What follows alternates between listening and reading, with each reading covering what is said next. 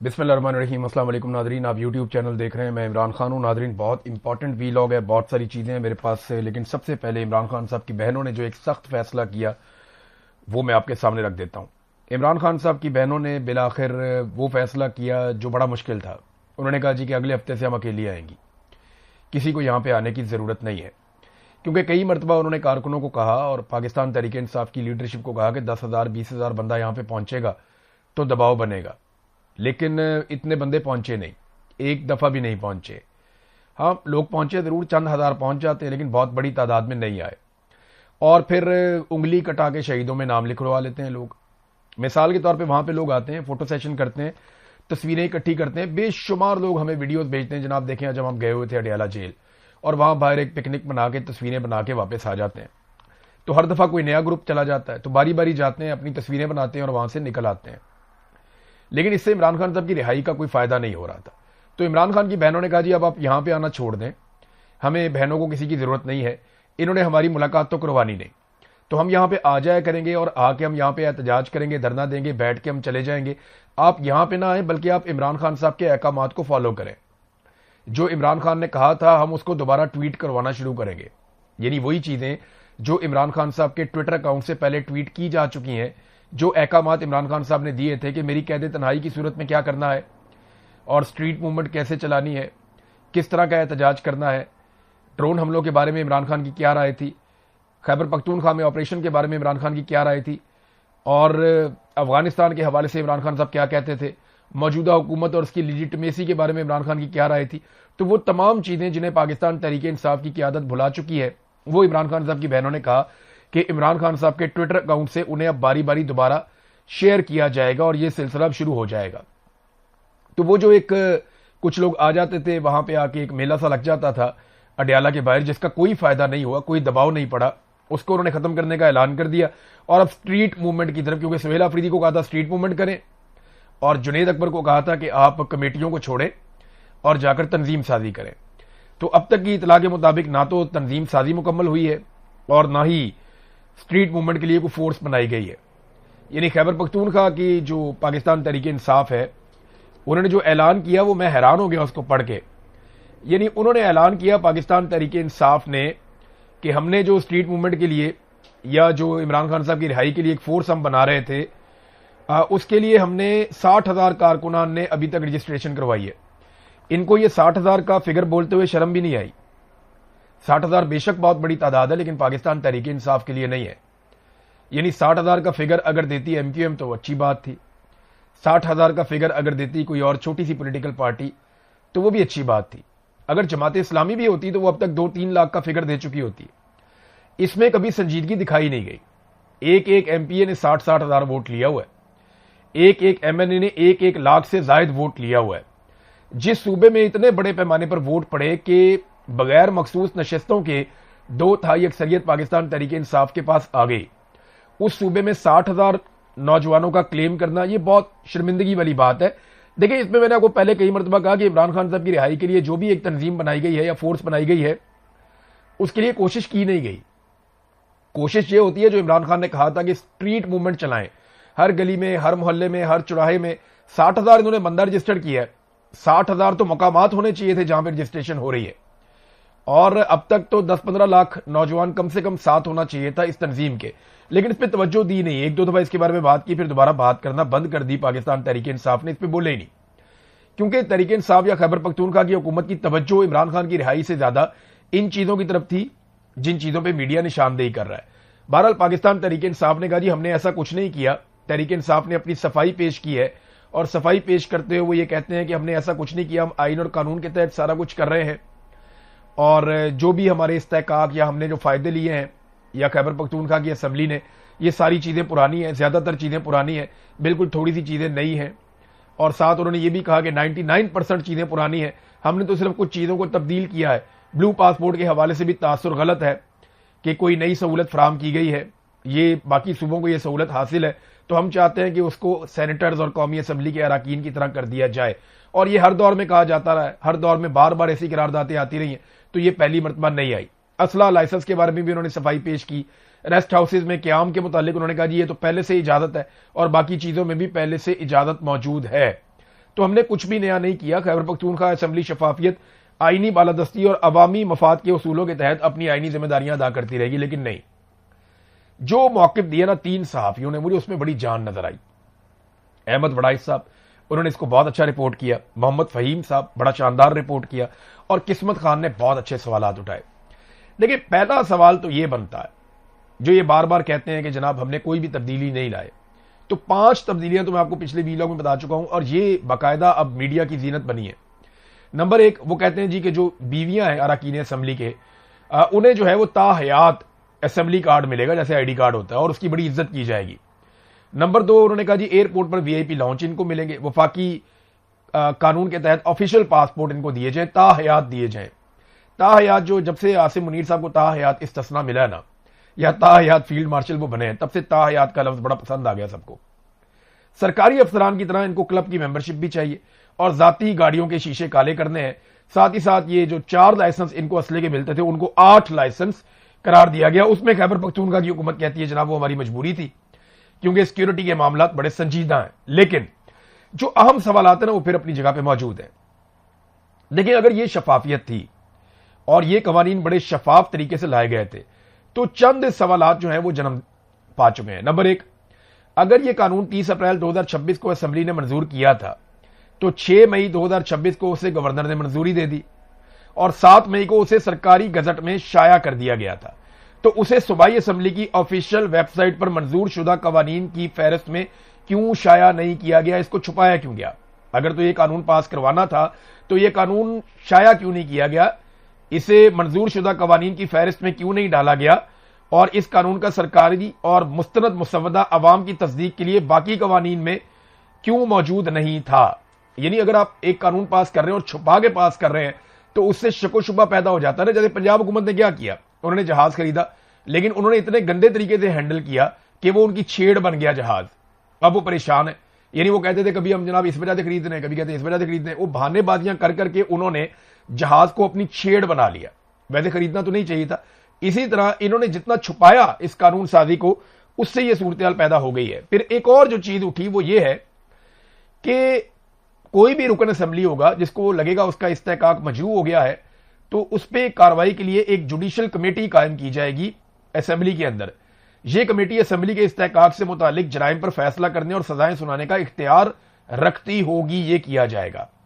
قانون کے مطابق پہلے کمیٹی جائزہ لے گی کہ آیا کسی شخص نے اسمبلی، اس کی کمیٹی یا اس کے کسی رکن کا استحقاق کی خلاف ورزی کی ہے یا نہیں. اگر خلاف ورزی ہوئی ہے تو معاملہ جوڈیشل کمیٹی کو بھجوا دیا جائے گا. جوڈیشل کمیٹی کو گواہوں کو طلب کرنے، ریکارڈ منگوانے، حلف لینے اور کارروائیاں چلانے کے اختیارات جیسے ججوں کو حاصل ہوتے ہیں ویسے ان کو حاصل ہوں گے. اور کمیٹی کی جانب سے سنائی گئی سزا پر عمل درآمد بھی عدالتی نظام کے ذریعے کیا جائے گا. قانون کے مطابق جو شخص جوڈیشل کمیٹی کے فیصلے سے متاثر ہو وہ اپیل سپیکر اسمبلی کے پاس دائر کر سکے گا، اور سپیکر کا فیصلہ حتمی ہوگا. یعنی کسی بھی جگہ یا کسی عدالت میں اس کے خلاف اپیل نہیں کی جا سکے گی. اب یہ کیا ہے؟ یہ خیبر پختونخوا میں ہو رہا ہے ناظرین، کہیں اور نہیں ہو رہا. اور عمران خان کی رہائی کے لیے انہوں نے ابھی تک صرف 60,000 کارکنان اکٹھے کیے. دیکھیں، میں آپ کو بتاتا ہوں، کوئی توجہ نہیں ہے عمران خان کی رہائی پہ. میں آپ کو سچ بتا رہا ہوں، یہ صرف اقتدار کے بھوکے لوگ ہیں اور اقتدار میں آ کر بیٹھ گئے. اگر عمران خان کی رہائی پہ توجہ ہوتی نا تو انہوں نے آتے ہی جو سب سے پہلا وعدہ کیا تھا وہ کیا کیا تھا؟ یاد ہے آپ کو؟ انہوں نے کہا تھا کہ ہم وہ جو قانون پاکستان کی فوج کو یہ اختیار دیتا ہے کہ وہ ہم سے پوچھے بغیر خیبر پختونخوا پہ آپریشن کرے، وہ قانون ہم آتے ہی ختم کر دیں گے، اور اس کے لیے ہم کوشش کریں گے. لیکن 1% کی کوشش نہیں کی گئی. صرف اس معاملے کو عدالت میں پھنسا دیا گیا تاکہ جب بھی کوئی پوچھے تو ہم کہیں گے جناب وہ تو ہم نے کوشش کی ہے لیکن وہ ہو نہیں رہا. بھئی آپ کے پاس 2/3 اکثریت ہے، آپ کے پاس صوبائی اسمبلی میں اکثریت ہے، آپ اس کے مقابلے میں ایک اور قانون لا کر اسے ختم کر سکتے ہیں. آپ کو ضرورت ہی نہیں ہے عدالت میں جانے کی. Action in add civil power کا قانون تھا، تو action in add civil power جو قانون ہے، آتے ہی سہیل آفریدی نے اعلان کیا تھا میں اس کو ختم کروں گا. گنڈا پور نے بھی کہا تھا میں اس کو ختم کروں گا، لیکن دونوں نے اس کو ختم نہیں کیا. وہ قانون آج بھی موجود ہے. اسی قانون کے تحت خیبر پختونخوا کے 3 سے 4 ڈفرنٹ ایریاز میں نے آپ کو پچھلے ویلاگ میں بتایا بھی، وہاں پہ ملٹری آپریشنز ابھی بھی جاری ہے، جبکہ عمران خان صاحب کا موقف کچھ اور تھا. تو یہ حکومت خود آپریشنز کروا رہی ہے، جبکہ عمران خان صاحب آپریشنز کے خلاف تھے. ابھی ڈرون حملے 74% زیادہ ہو گئے ہیں، جبکہ عمران خان صاحب ڈرون حملوں کے خلاف تھے. انہوں نے کہا تھا FIR دو، انہوں نے ابھی تک ایک بھی ایف آئی آر نہیں دی. تو یہ چیزیں ثابت کرتی ہیں کہ ان لوگوں کو عمران خان کا حکم یا عمران خان صاحب کی جو پالیسی ہے اس سے زیادہ اپنا اقتدار عزیز ہے, اور یہ اقتدار سے باہر دیکھنے کے لیے بالکل بھی تیار نہیں ہے. اب ناظرین ایک اور چیز میں آپ کو پہلے بتا دوں, ہمارے بڑے اچھے دوست ہیں, بھائی ہیں, احمد فرحات صاحب. ان کے فیملی کے سورسز نے مجھے بہت امپورٹنٹ انفارمیشن دی ہے, اور ابھی جب میں ویلاگ کر رہا ہوں تو ابھی یہ انفارمیشن مجھے تھوڑی دیر پہلے ملی ہے, اور یہ انفارمیشن تصدیق شدہ ہے. احمد فرحات صاحب پہ لگاتار دباؤ ڈالا جا رہا ہے, اور انہیں کہا جا رہا ہے کہ ایک ویڈیو بناؤ جس میں جو کچھ آپ نے کہا اور کیا اس کو آپ غلط قرار دو. ایک ویڈیو بناؤ, جوائنٹ عوامی ایکشن کمیٹی کے اقدامات کو غلط قرار دو. تو ان سے زبردستی ایک ویڈیو بنانے کے لیے دباؤ ڈالا جا رہا ہے, اور یہی دباؤ کچھ دن پہلے جوائنٹ عوامی ایکشن کمیٹی کے لوگوں نے کہا کہ وہ ڈالا جا سکتا ہے شوکت نواز میر کے اوپر بھی. لازمی بات ہے ان پہ دباؤ ڈالا گیا ہوگا. مجھ پہ بھی 4-5 مہینے ایک ہی دباؤ تھا کہ ویڈیو بناؤ, ویڈیو بناؤ, ویڈیو بناؤ, ویڈیوز چاہیے ہمیں. کیمرے لے کے آ جاتے ہیں, ویڈیو بناؤ, ویڈیو بناؤ, اس کو گالی دو, اس کو برا کہو, یہ کہو جناب یہ میں نے کیا, وہ اس نے کیا, یہ سارا کچھ غلط ہے. یعنی یہاں پہ بیٹھ کے ویڈیو بنا کے اپنے موقف کو غلط ثابت کرو. تو احمد فرحات کو کہا جا رہا ہے کہ تم ایک ویڈیو بناؤ, ان پہ دباؤ ڈالا جا رہا ہے. اللہ تعالیٰ انہیں استقامت عطا فرمائے. انہوں نے ابھی تک کسی بھی قسم کی کوئی ویڈیو بنانے سے انکار کیا ہے, لیکن ایک بڑے اہم سورس سے یہ پیغام ضرور آیا ہے کہ احمد فرحات پہ زبردست دباؤ ڈالا جا رہا ہے کہ آپ ایک ویڈیو بنائیں, آپ کو رہا کر دیا جائے گا. اگر آپ ویڈیو نہیں بنائیں گے تو آپ کی قید لمبی ہوتی چلی جائے گی. تو تمام کشمیریوں سے میری گزارش ہے کہ شوکت نواز میر صاحب کے لیے, احمد فرحات صاحب کے لیے, اور جو باقی لوگ اس وقت قید و بند کی صعوبتیں کاٹ رہے ہیں, ان سب کے لیے آواز اٹھائیں. اور ہر پاکستانی کو آواز اٹھانی چاہیے, بلکہ ہر انسان کو آواز اٹھانی چاہیے. صرف کشمیریوں کا یہ معاملہ نہیں ہے, یہ انسانیت کا معاملہ ہے, انسانی حقوق کا معاملہ ہے. تو سب کو اس کے اوپر زوردار طریقے سے آواز اٹھانی چاہیے. ناظرین یہ ایک تصویر میں آپ کو دکھاتا ہوں, یہ دیکھیں آپ, یہ خیبر پختونخوا سے آئی ہے. یہ ایک پک اپ ہے چھوٹی سی, اور یہ لے کر جا رہی ہے تابوت. بلوچستان سے تابوت ہی آ رہے ہیں. یعنی ہر چوتھے دن کسی نہ کسی سیکیورٹی فورسز کے تابوت آ جاتے ہیں, مزدوروں کے تابوت آ جاتے ہیں, محنت کشوں کے تابوت آ جاتے ہیں, کبھی پولیس والوں کے تابوت آ جاتے ہیں. یہ 10 تابوت اور ایک پک اپ میں جا رہے ہیں. کیوں جا رہے ہیں پتہ ہے؟ یہ جو ابھی پولیس والوں پہ حملہ ہوا ہے, ایک طرف ہرنائی کا علاقہ ہے, ایک طرف کوئٹہ ہے, یہ دونوں آپس میں ایسے جڑتے ہیں, ان کے بیچ میں پہاڑی علاقہ ہے. اب یہ جو اٹیک ہوا ہے اس مرتبہ, یہ جو مسلح جتھوں نے اٹیک کیا پولیس کے اوپر ایک دن پہلے کوئٹہ میں, یہ بڑا خوفناک حملہ تھا. کئی گھنٹوں تک لڑائی جاری رہی ہے. اب اس لڑائی کے جو عینی شاہدین ہیں انہوں نے مجھے کیا بتایا, یہ سنیں آپ کے رونگٹے کھڑے ہو جائیں گے. وہ یہ بتاتے ہیں کہ مسلح جتھوں نے جدید ترین اسلحے کے ساتھ پولیس کے اوپر اٹیک کر دیا. پولیس نے زبردست لڑائی لڑی. پولیس شاندار طریقے سے جوابی حملے کر رہی تھی اور شاندار لڑائی لڑ رہی تھی. اور پھر اس کے بعد وقت گزرنا شروع ہوا, پولیس کی جانب سے فائرنگ کم ہونا شروع ہو گئی, جبکہ دہشت گردوں کو سپلائی لگاتار جاری تھی. وہ فائرنگ تیز کرتے چلے جا رہے تھے, جدید ہتھیاروں کا استعمال کر رہے تھے. اس وقت سوشل میڈیا کے اوپر بہت سارے بلوچ نوجوانوں نے جو وہاں آس پاس موجود تھے, انہوں نے ویڈیو پیغامات جاری کیے. انہوں نے فوری طور پہ تمام جہاں جہاں وہ رابطے کر سکتے تھے انہوں نے ہر طرف رابطے کیے, سوشل میڈیا پہ پیغامات جاری کیے کہ فوراً مدد بھیجی جائے, انتظامیہ فوری طور پہ اسلحہ بھیجے, انتظامیہ فوری طور پہ مزید کمک بھیجے اور پولیس کا ساتھ دے. لیکن پولیس کا ساتھ دینے کے لیے کوئی نہیں آیا. وہاں 9 پولیس والے شہید ہو گئے, 20 سے زیادہ وہ اغوا کر کے لے گئے, اور ابھی تک جو پولیس والے واپس آئے ہیں وہ 8 سے 9 ہیں جو واپس آئے. باقی پولیس والے ابھی تک اغوا ہیں, ان کے بارے میں کچھ نہیں پتا. میرے پاس سب کے نام موجود ہیں, شہید کون کون ہوا, اغوا کون کون ہوا, واپس کون کون آیا, اور جو لوگ ابھی تک واپس نہیں آئے ان کے بارے میں کچھ پتا نہیں ہے کہ وہ کہاں پہ گئے. بہرحال یہ مسلح جتھوں نے حملہ کیا, پولیس بار بار مانگتی رہی کہ ہمیں مزید اسلحہ چاہیے, ہمیں تازہ کمک چاہیے, دہشت گردوں پہ باہر سے حملہ کیا جائے. اور اس پورے ایریا میں آپ کو بتاتا ہوں جگہ جگہ ایف سی کی چیک پوسٹیں ہیں. اس پورے ایریا میں فورسز جگہ جگہ پر موجود ہیں اور بھاری مقدار میں موجود ہیں. ان کے پاس جدید اسلحہ بھی موجود ہے, لیکن اس کے باوجود فورسز مدد کرنے کے لیے نہیں آئی. اور یہ واقعہ پہلی مرتبہ نہیں ہوا.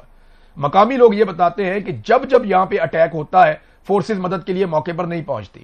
پولیس والے بھی شہید ہو جاتے ہیں, عام لوگ بھی مارے جاتے ہیں. فورسز ہمیشہ واقعہ ہونے کے بعد اس جگہ پہ آتی ہیں, یا کہیں پہ اٹیک کرنا ہو تو وہ اپنے طریقے سے اٹیک کرتی ہیں, وہ کسی لڑائی میں آ کر نہیں پڑتی ہیں. اور یہ لگاتار ہوتا چلا جا رہا ہے.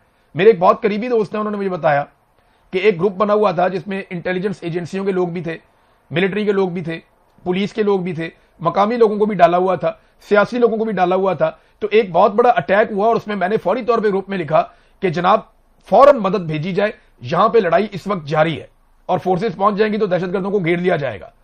तो उसमें एक ऑफिसर ने फोन किया, कहते डायरेक्ट मुझे, और उन्होंने कहा तुम्हें क्या मुसीबत पड़ी हुई है, तुम तो चुप करके बैठो। ये नादरीन इस वक्त की सूरत हाल है, और ये मुझे मेरे दोस्त ने खुद वाकया सुनाया गुज़िश्ता रात, और इस वाकये ने तो रोंगटे खड़े कर दिए लोगों के। लोग सोच रहे हैं कि ये दहशतगर्दों को रोकने के लिए सिक्योरिटी फोर्सेस क्यों नहीं आती, पुलिस वालों को भेड़ बकरियों की तरह वहां मरने के लिए छोड़ दिया। वो बेचारे इतने सारे पुलिस वाले वहां पे शहीद हो गए, अब उनका नमाज जनाजा पढ़ के 2 आंसू बहा दिए जाएंगे और उसके बाद अल्लाह अल्लाह खैर सल्ला, फिर वजीर आला पहुंच जाएंगे इस्लामाबाद में। उन्होंने कोयटा में या बलूचिस्तान में तो कहीं ट्रैवल करना नहीं है। तो नादरीन एक और चीज बहुत अजीब मैं आपको बताता हूं, ये जो हरनाई और कोयटा है, इसके बीच के जो पहाड़ी इलाके हैं, ये निस्बतन कोयटा कैंट के करीब है। इनके बीच में मुझे कई सोर्सेज ने यह बात बताई है कि मुसल्ला जत्थे बहुत बड़ी तादाद में मौजूद हैं और यहां पे नकलो हरकत लगातार देखी जाती है। अब इतने सारे मुसल्ला जत्थे यहां पे मौजूद हैं, इनको सप्लाई कैसे आती है, इनको राशन की सप्लाई कैसे आती है, इनको एमुनिशन कैसे आता है, इनको हथियार कैसे पहुंचते हैं, ये यहां से निकलकर अटैक करते हैं मुख्तलिफ इलाकों में कैसे करते हैं, इनको रोका क्यों नहीं जा रहा, यह बहुत बड़ा सवाल है।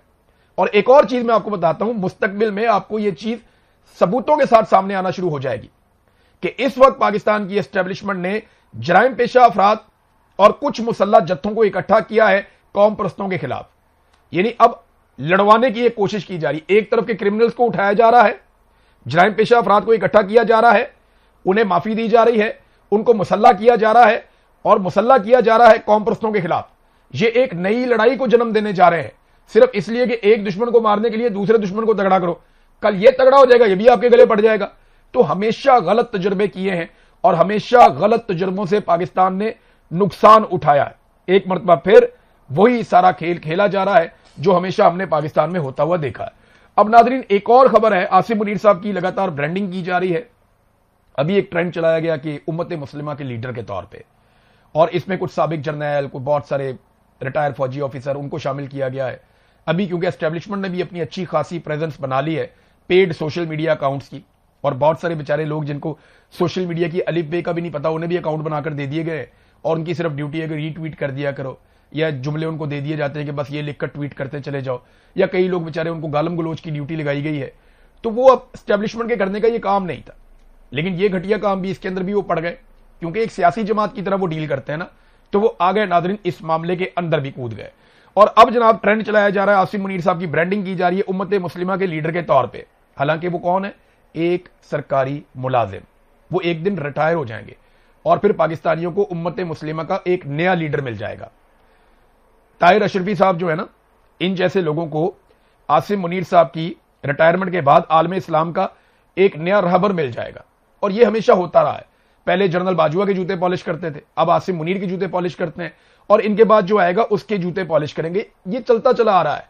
देखिए लीडर कौन होता है, रहबर कौन होता है, जिसने सस्टेन करना होता है।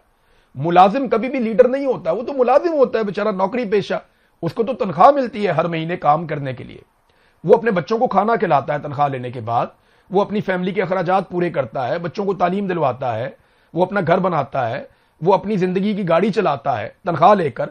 तो सरकारी मुलाजिम कभी भी ऐसा लीडर नहीं होता कि वो कौमों की नुमाइंदगी करे किसी जगह पे जाके, वो लीडर ही होते हैं और वो इन चीजों से बाहर होते हैं, उनको इस्तिस्ना होता है इन चीजों से।